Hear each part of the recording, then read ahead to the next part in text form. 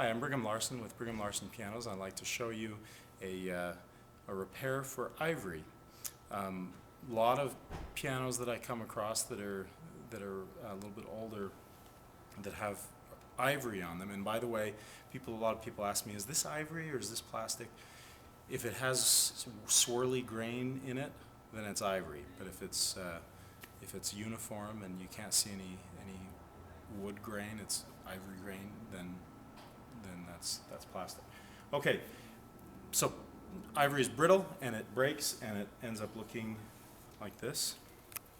That's very, very common, that little lip there. Older plastic does that too. And this actually does work for plastic, but I think this is a pretty cool repair for ivory. So this stuff is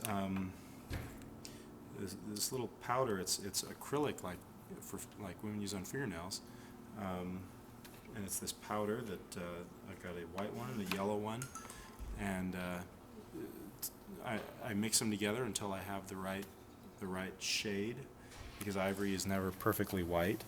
There's always a little bit of yellow in it. And you just put this acrylic polymer liquid, and this key, you can see it was, if you look very closely and you know it's there, you can tell that it did have a chip, and you can just ever so slightly make out the outline of the chip, but not really unless you know it's there.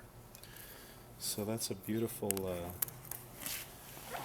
beautiful repair. So go from this to that. Very nice. And you can do that on the